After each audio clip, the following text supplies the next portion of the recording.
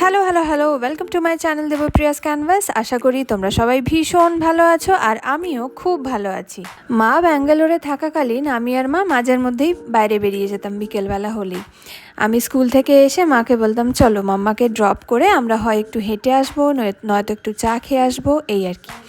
তো সেরকমই এক সন্ধেবেলায় আমরা মাম্মাকে ড্রপ করে তারপরে মাম্মার ডান্স ক্লাসের অপোজিটেই একটা সুন্দর চায়ের দোকান আছে, সেখানে ঢুকে সেখানে চা চাওয়াতে তারা বললো চা অ্যাভেলেবেল নেই। তো আমরা বললাম ওকে নো প্রবলেম, আমরা কফিতেই কাজ চালাবো। তো আমরা 1 কাপ করে ব্ল্যাক কফি নিলাম আর তাতেই আমাদের চায়ের আনন্দ উপভোগ করলাম। শুধুই তো চা খাওয়া নয়, চা মানে আড্ডা, চা মানে গল্প, অনেক অনেক গল্প মন খুলে, এবং চা মানে প্রাণের সজীবতা। আমার কাছে তো তাই। এই যে বললাম গল্প, অনেক অনেক গল্প। তো আমাদের টপিক ছিল যে কি বাজার করা হবে। আমাদের সেদিনকে লাস্ট ডে ছিল ব্যাঙ্গালোরে থাকার। তারপরে আমিও মায়ের সাথে আসতাম, কারণ আমারও গরমের ছুটি পড়ে গেছিলো স্কুলে, সঙ্গে মাম্মারও অনেক দিন আগেই গরমের ছুটি পড়ে গেছে স্কুলের।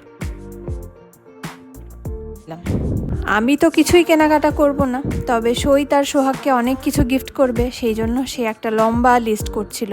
অনেক কিছু খাবার দাবারের লিস্ট হচ্ছিল, তার মধ্যে জামা কাপড় জুতো এই সমস্ত আর কি।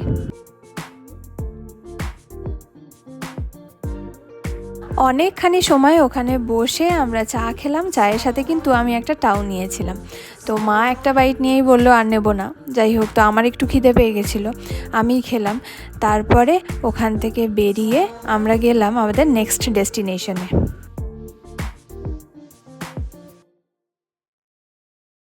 যে জায়গাটায় আমরা যাচ্ছিলাম সেটা কিন্তু একেবারেই দূরে নয়, একদম হাঁটা পথ।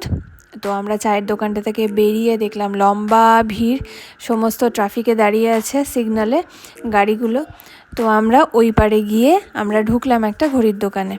তো একটা ঘড়ি কেনার ছিল, তবে সেরকমভাবে পছন্দ হলো না কিছু, সেই জন্য ওখানে বেশিক্ষণ আর থাকলাম না।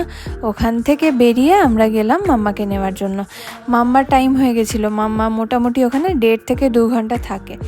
1 ঘন্টার পুরোপুরি ক্লাস হয়, তারপরে মাম্মা ওখানে তার ফ্রেন্ডসদের সাথে খেলে, তো সবাই মোটামুটি ওখানে থাকে। যাই হোক, সে নিচে নেমে এলো এবং সইয়ের কাছে তার আবদার যে সে কেক খাবে। ব্যাস, দুজনে ছুট মারলো একদম কেক খাওয়ার জন্য। কি খুশি তার দেখো।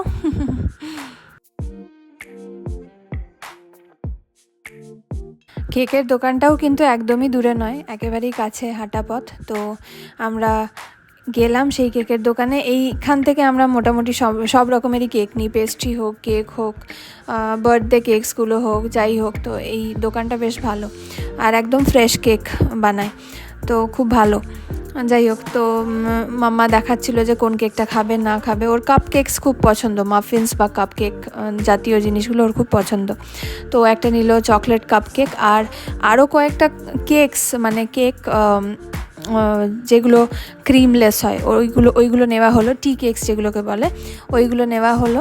ওগুলো নিলাম কারণ তারপরের দিনই আমরা বেরিয়ে আসবো ব্যাঙ্গালোর থেকে। তো কিছু ফ্লাইটে খাওয়া হবে আর কিছু বাড়িতে আনবো, এই ভেবে আর কি কয়েকটা কেক নিলাম ওখান থেকে। এইবারে যে জায়গাটায় আমরা গেলাম সেই জায়গাটা কিন্তু বেশ খানিকটা দূরে, মোটামুটি ওই 2 কিলোমিটার মতন কিংবা 2.5 কিলোমিটার মতন। তো আমরা বুকিং করলাম, বুকিং করে আমরা সেই ডেস্টিনেশন অবধি গেলাম। সময় কিন্তু মোটামুটি ওই 40 মিনিট মতন লেগেছিল, কারণ যেহেতু ব্যাঙ্গালোরে প্রচণ্ড ট্রাফিক। যারা থাকো তারা নিশ্চয়ই জানো, যে মানে রিলেট করতে পারবে আমার কথাটার সাথে। তো মার্কেটে পৌঁছাবার পরে আমিও কয়েকটা জিনিসপত্র কিনলাম। আমার হঠাৎ করে আমার মনে পড়ে গেল যে আমার কয়েকটা চুড়িদার লাগবে, কারণ আমার চুড়িদার একেবারেই ছিল না। তো সেই জন্য আমি কিনলাম কিছু চুড়িদার, আর সই তার সোহাগের জন্য জুতো কিনলো, সঙ্গে কিছু জামা কাপড়ও কিনলো। তো এই টুকটাক বাজার আসার আগে। যাই হোক, এই ছিল একটা ছোট্টখাট্টো ভিডিও তোমাদের সাথে শেয়ার করলাম। আশা করি তোমাদের ভালো লাগবে। যদি ভালো লাগে তাহলে অবশ্যই লাইক করে দিও, সাবস্ক্রাইব করো চ্যানেলটা, আর শেয়ার করো তোমাদের বন্ধু বান্ধব, ফ্যামিলি, রিলেটিভ সবার সাথে, যাতে তারাও দেখতে পারে ভিডিওটা। আর তোমরা কে কোথা থেকে দেখছো আমাকে কিন্তু অবশ্যই কমেন্টের মাধ্যমে লিখে জানিও, আমার কিন্তু বেশ ভালো লাগবে পড়তে। চলো তাহলে, টাটা, গুড নাইট। তোমরা সবাই ভীষণ ভীষণ ভালো থেকো, আর আবার দেখা হবে নতুন একটা ভিডিওতে। বাই।